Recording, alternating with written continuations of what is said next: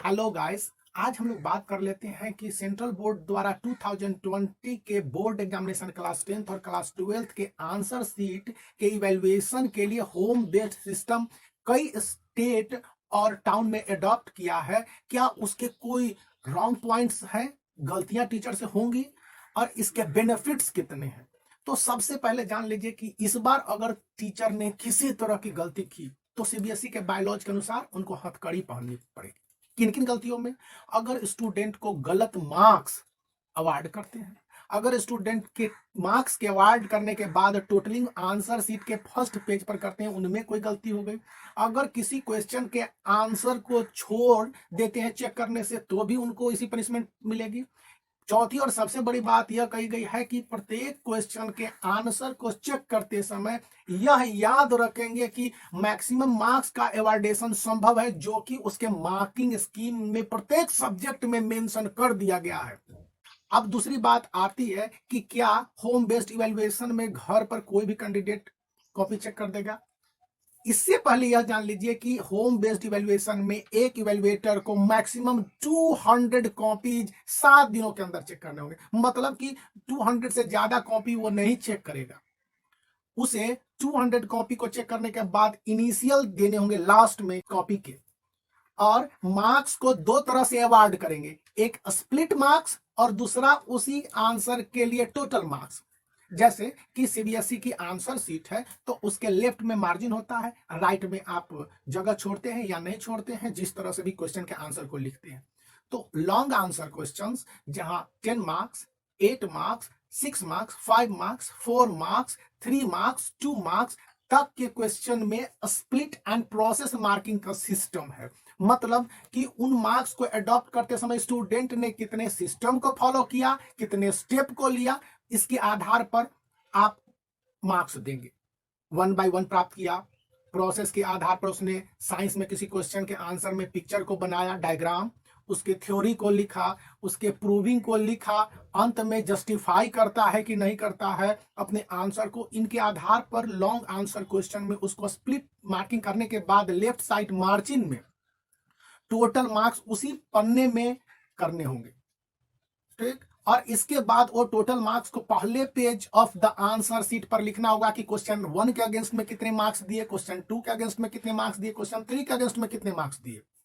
इसकी सही टोटलिंग करनी होगी। तो यह संभव ही नहीं है कि कोई इवैल्यूएटर सीबीएसई के नए बायोलॉजी के अनुसार किसी तरह से गलती करे। अगर यह भविष्य में प्रूव हो जाता है कि इवैल्यूएटर ने किसी और से कॉपी चेक करवाई है, 1% चांसेस, उस कंडीशन में इवैल्यूएटर को फ्रॉड के केस में जेल जाना पड़ेगा इमीडिएटली।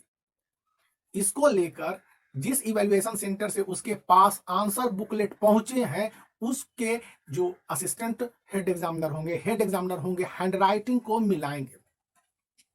यहीं पर लेनियंट मार्किंग की बात होती है। लेनियंट मार्किंग की बात 1 मार्क्स वाले क्वेश्चन में नेग्लिजिबल है।